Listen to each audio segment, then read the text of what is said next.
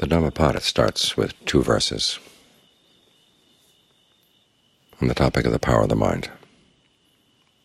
The mind is the forerunner of all dhammas. The mind is chief. They're made of the mind.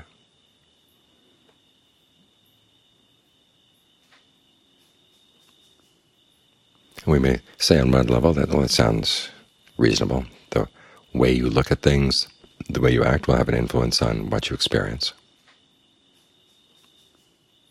But it goes a lot deeper than that. Everything comes out of the mind. Everything you experience comes from the fact of fabrication. And independent co-arising, that's even prior to the 6 senses. We tend to think of the mind as being something passive, receiving input from outside and then responding, in the old stimulus-response mode. And we have some role in shaping things outside. But that view is much too passive. Things start with the movement of the mind outward.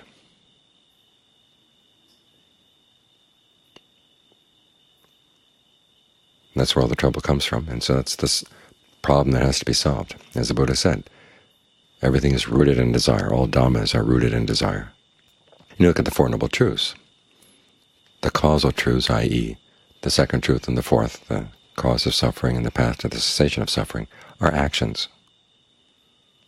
There's the action of craving and clinging. There's the action of the desire and right effort. So the question is, which desires are we going to follow?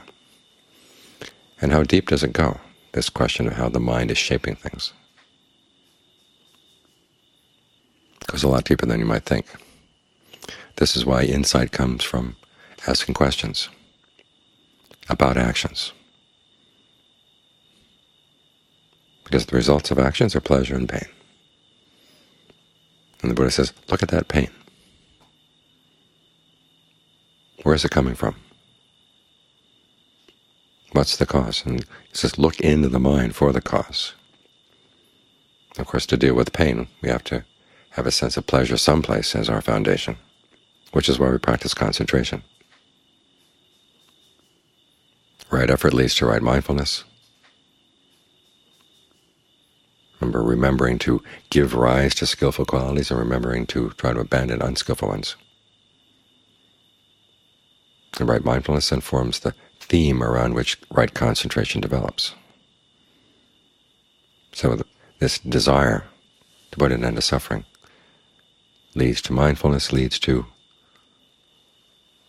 getting the mind to settle down and be really still with a sense of well-being so that it can look at what else is going on a deeper level.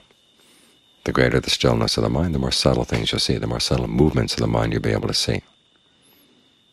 You keep wanting to ask, is there any rise in the level of stress? Any lowering of the level of stress? And if you can catch that, you ask yourself then, what did I just do?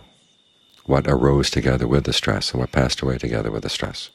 This is why the cause of stress is called samudaya, something arising together. Because after all, part of your experience is based on past actions. And it's hard to see sometimes the relationship between a past action and a present one. As the Buddha said, the workings of karma are really complex.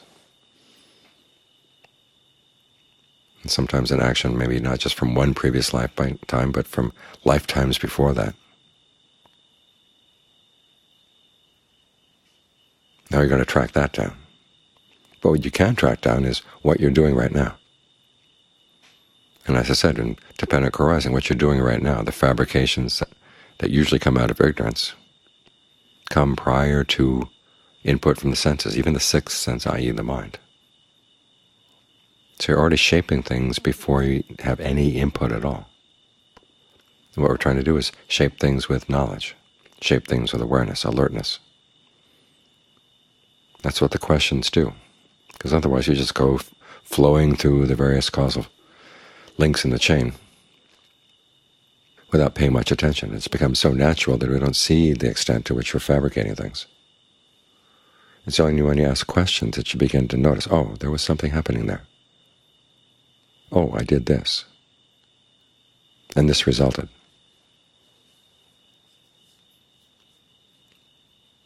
So learning how to ask the right questions at the right time is an important part of gaining discernment.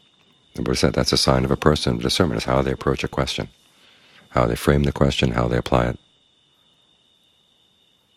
And it applies not only to the discernment about understanding how to explain things and how to ask questions about things you've heard explained, but also how to question your own mind. What are the perceptions that shape the way you're going about things? What are the assumptions? The assumption of self is a big one. But various perceptions about your relationship to the world, those are also things that you've got to learn how to question. And a good place to start is your relationship to your breath.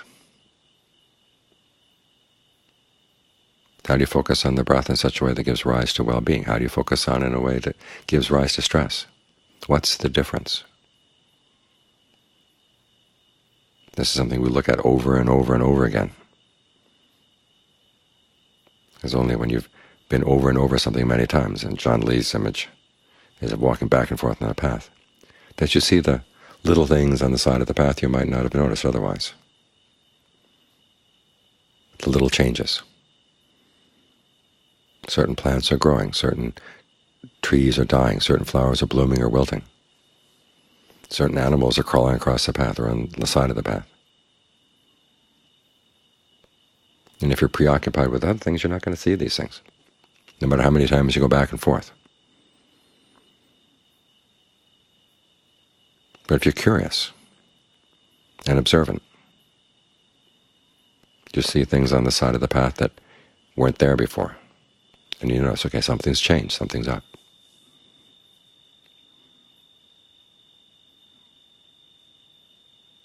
And particularly you want to look at your actions. What are the desires that underlie your actions?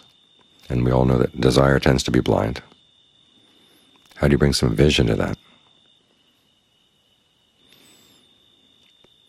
So you see not only what you want to see, but you want to see what's actually going on. And the Buddha gives you lots of detailed instructions as to where to look, what kinds of questions to ask. But you may find that the particulars of your particular situation right now require slightly different questions. They come from the basic ones. It's learning how to tweak them so it's just right for you.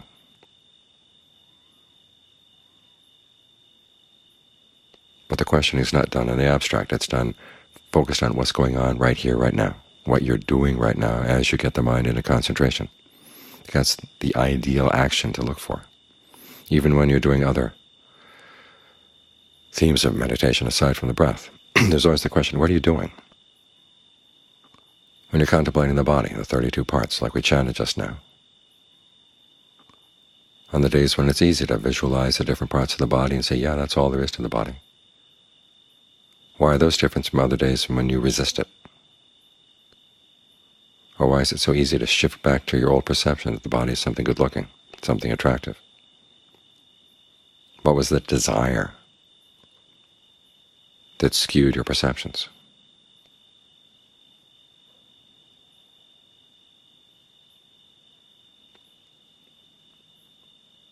This focus on action is why the Buddha set the Four Noble Truths as his definition for right view. Because, as I said, the cause of suffering is an action. The path to the cessation of suffering is an action. This is to keep our minds always in that framework. The problem is, even in Buddhist circles, people shift away from that to a more passive view. A couple months ago, when I was working on the book on the path, I was reading other books explaining the Four Noble Truths, explaining the Noble Eightfold Path. And I was struck by how many times when people explain right view that they may make mention of the Four Noble Truths, but they shift really quickly into the three characteristics, saying that the Four Noble Truths are true because things are impermanent. They're unsatisfactory. They're not self. That's the reality out there. And we suffer because we cling to things that change. The implication there is if we didn't cling, then we could still live with things that change and be no problem. And on one level that's true. But that assumption doesn't get us to that place. To get to that place, you have to see that the things are changing because your desires are changing. It's not that you're sitting here just misunderstanding the nature of things and trying to force some permanence on things that won't be permanent.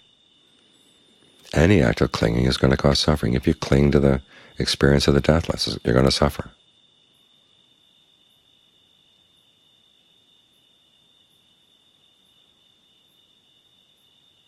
Another problem with that, basing things on right view on the three characteristics, is that the implication is that, well, if you don't resist change, then you're going to be okay. And then you say, well, just go with the flow. Don't have any fixed views. Allow everything to change. This is sometimes even used to justify changing the Dharma. Of course the Dharma is going to change, but the Buddha didn't regard that as a positive thing. His image was of a drum. The crack develops in the drum, and so he placed a peg in the crack. Another crack develops, place another peg in. Eventually the whole drum is nothing but pegs, and it's not going to make the sound that the old drum made. It was one solid piece of wood. Changes in the Dharma don't go in a good direction. So the Buddha's not simply saying, well, learn how to accept change and you'll be okay. He's saying you are creating things that are changing, and then you're latching onto them. You're clinging to them. In fact, your clinging is creating things from which you suffer. So you've got to turn and look at that action of clinging.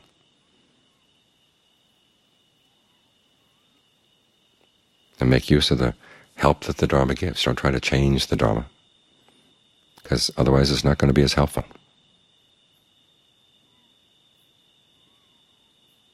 So remember, the basic framework is the Four Noble Truths, and the Four Noble Truths start with actions. Our experience is all based on action.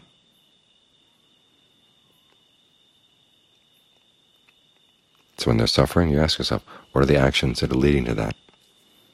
Get the mind still enough so it can see, and then know where to look. The problem isn't out there with the world. The problem is in here.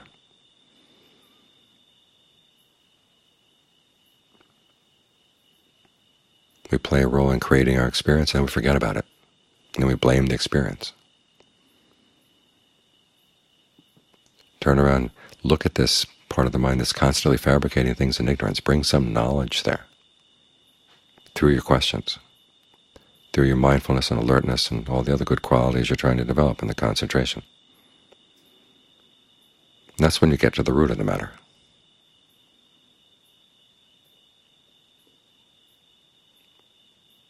And when you get to the root, though, everything falls apart, but it doesn't fall apart in a bad way. It opens up to something that's unfabricated, that won't change, where there's no clinging, no suffering at all.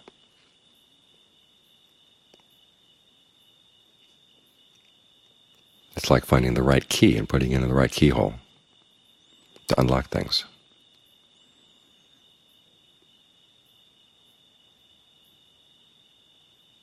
So that everything good will open up.